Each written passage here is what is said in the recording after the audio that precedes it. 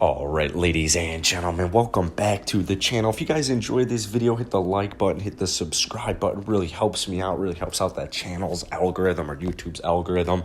We're talking Andre Drummond today because he's been connected to the Los Angeles Lakers in a report by Mark Stein. And if you're not familiar with Mark Stein, he's a pretty reliable NBA source. So this is pretty cool because hopefully we're all aware Blake Griffin went to the Brooklyn Nets last night. He signed with them. So the Los Angeles Lakers, I think that they definitely need to start making some moves relatively quickly. Anthony Davis is injured.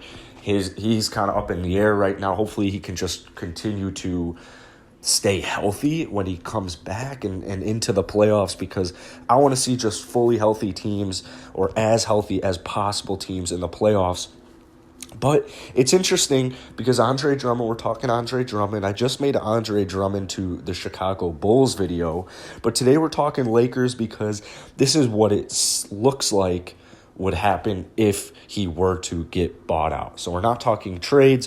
We're talking buyouts. I like this. I really do, because I think LeBron James could really kind of get Andre Drummond to figure his shit out. I don't think Andre Drummond would be doing any posting up.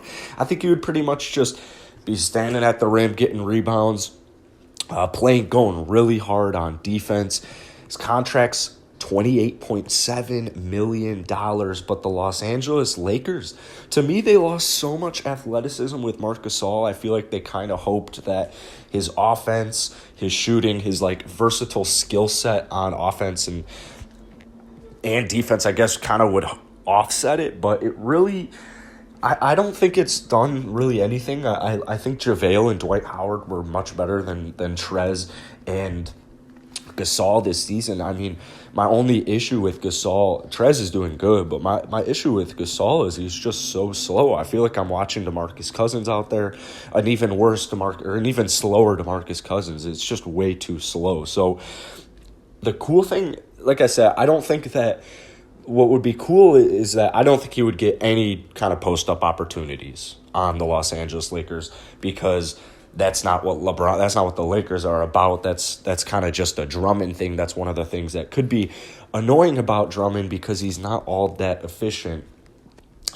I think that a good thing that could, like a good world you could kind of see happening from this, is almost like a Dwight-esque run, where you get Andre Drummond to buy into the role, obviously buy into the system, but just he needs to forget about stats, commit to the team, commit to the wins, just like Dwight Howard did, man. Go for the rebounds, forget about his stats. It's extremely small risk for the Lakers to me, because if it doesn't work, just don't play him. The only downside I could see is it could possibly hinder their opportunity to get a guy like JaVale McGee.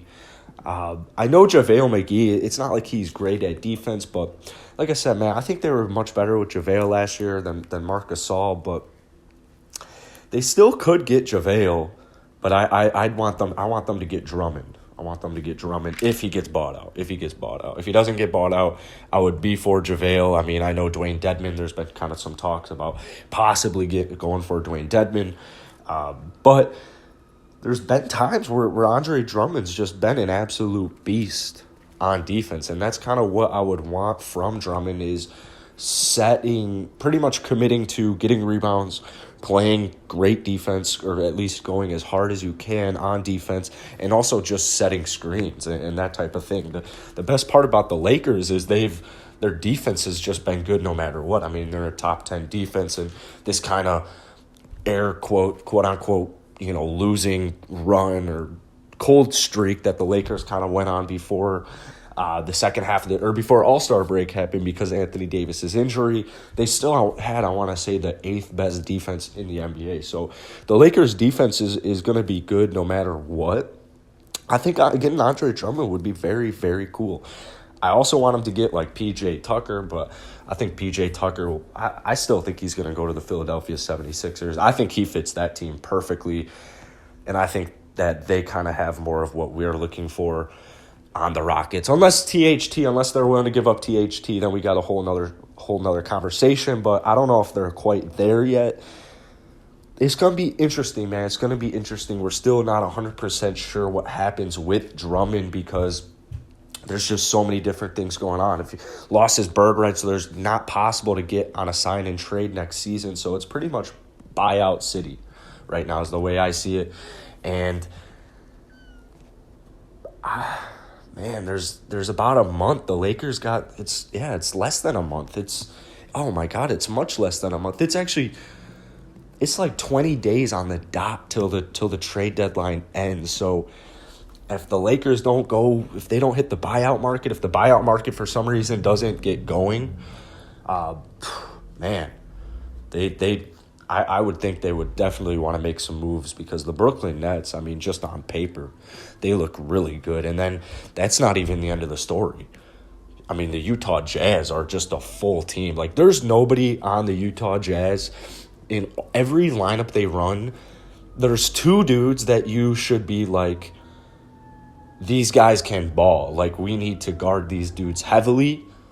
And then the other three remaining players on the court are like, you can't forget about them. They're still great players. So you got the Clippers as well. You got the Suns, man. The Suns are really heating up as well. The Suns have a great squad as well. So the Lakers, to me, man, they need to do something, and they need to do it soon. So let me know what you guys think about this video, and I'll see you guys later.